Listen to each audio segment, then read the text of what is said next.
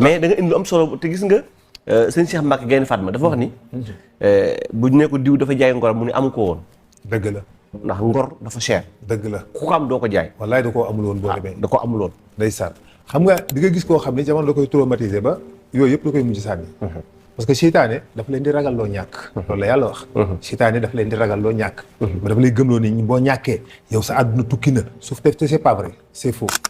mën ngaa ñàkk gën a heureux dans la vie. dëgg la. ñi dëkk ci village yi. ñi dëkk Casamance. ñi dëkk Kédougou Bakel Tamba ci yeneen régions yi.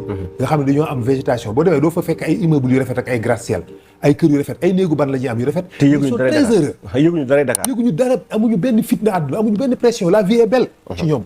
ils sont heureux yow yaay ñëw fii di stressé du angoissé wu boo demee foofu féexaat. kon donc ce qui est important mooy nañ bàyyi xel jikko. ndax jikko mooy tax nga am dund gu baax. macha allah mooy tax sa dund ne xaaj njëkk. macha allah léegi nag professeur loolu dañ ko doon ubbee.